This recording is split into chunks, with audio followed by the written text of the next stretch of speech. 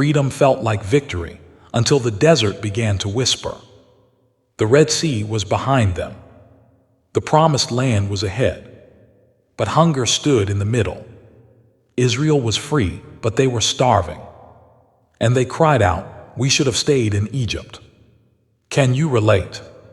When God delivers you, but your needs still return every morning. When yesterday's miracle feels far away, and today feels silent. Here is the truth. God was not finished. The wilderness doesn't kill you quickly. It wears you down slowly. Not with disaster, but with sameness. Day after day. Sunrise, sunset. Nothing changes. And that is where faith is tested. Faith is easy when the sea opens. Faith is costly when nothing happens. Israel stood in between. Not slaves anymore. Not home yet. Free but uncertain. In Egypt, life was painful but predictable. In the wilderness, life was free but uncontrollable. And uncertainty is often more frightening than chains. So they complained. Exodus 16 does not begin with praise. It begins with murmuring. If only we had died in Egypt. Hunger rewrote their memory. They remembered the bread, but forgot the chains. They romanticized slavery because it felt familiar. But listen carefully. God did not punish them. Scripture says, "I have heard the complaints of my people." God hears complaining hearts, not because he approves of unbelief, but because he loves the weak. And God made a promise, "I will rain bread from heaven." Not gold, not instant arrival.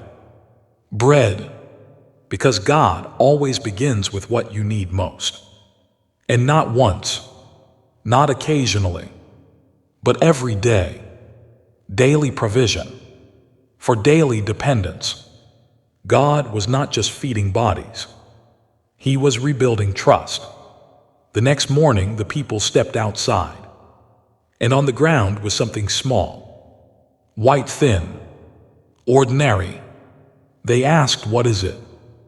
God said, "This is what I promised." Provision doesn't always look impressive. Sometimes it looks like just enough. And just enough from heaven is still a miracle. God gave one command: gather only what you need for today. Some gathered little. Some gathered much. But no one lacked. And no one had excess. Because in God's kingdom, security is not having more. It is trusting God again tomorrow. Some tried to store it. Fear disguised itself as wisdom. And the manna spoiled. Why? Because you cannot live today on yesterday's faith. Faith is not stored. Faith is practiced daily. Then God gave double on the sixth day and invited them to rest. Because rest is not laziness. Rest is trust. You are not sustained by effort, God was saying, but by grace. And finally, God told them to keep a jar of manna, not to eat later, but to remember. Because when life becomes comfortable, faith becomes forgetful. That jar whispered through generations. You survived because God provided. Now listen, this is for you. You may not be in a desert of sand, but you are in a wilderness of uncertainty. Bills waiting, fear, questions. And God still says, "I will provide." Not always early, not always the way you expect, but always enough.